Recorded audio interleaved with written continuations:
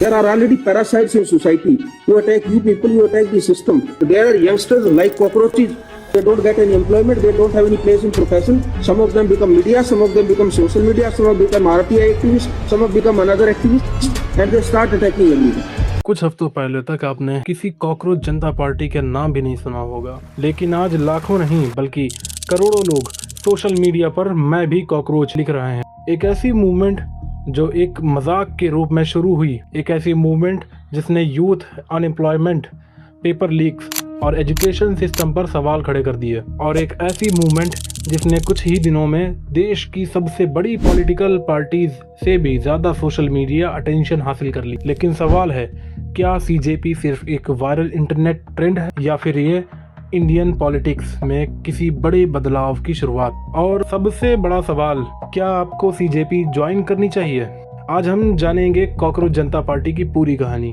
मई 2026 में एक supreme court hearing के दौरान एक कंट्रोवर्शियल रिमार्क ने सोशल मीडिया पर बहस छेड़ दी।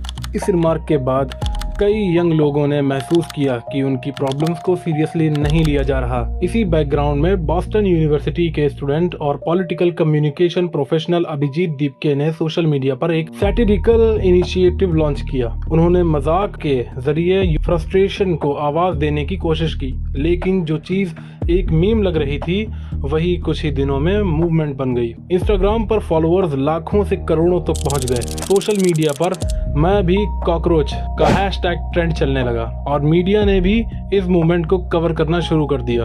अब सवाल आता है, आखिर अभिजीत दीपके कौन है? रिपोर्ट्स के मुताबिक अभिजीत दीपके महाराष्ट्र के औरंगाबाद से संबंध रखते हैं।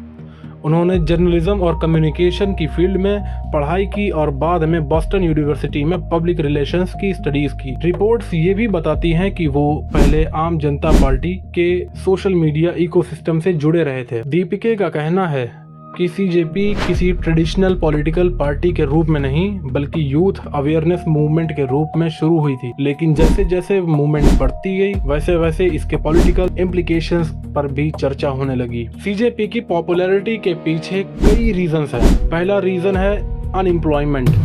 भारत दुनिया का सबसे यंग देशों में से एक है, लेकिन बहुत से यंग ग्रेजुएट्स जॉब्स और अपॉर्चुनिटीज की कमी की बात करते हैं। सीजेपी ने ट्रेडिशनल पॉलिटिकल लैंग्वेज के बजाय मीम्स, ह्यूमर इस्तेमाल किया। जेन ज़ी ऑडियंस को ये अप्रोच पसंद आई।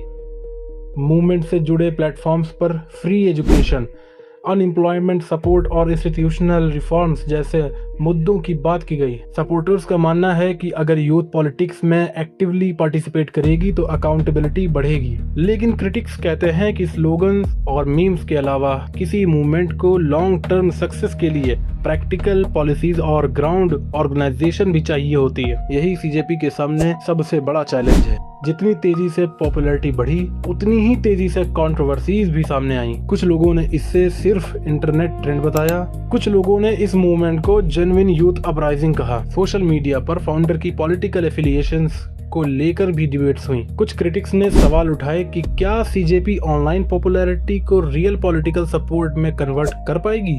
दूसरी तरफ सपोर्टर्स का कहना है कि हर बड़े मूवमेंट की शुरुआत किसी छोटी आवाज से ही होती है। अब सबसे इम्पोर्टेंट सवाल, सीजेपी का फ्यूचर क्या है?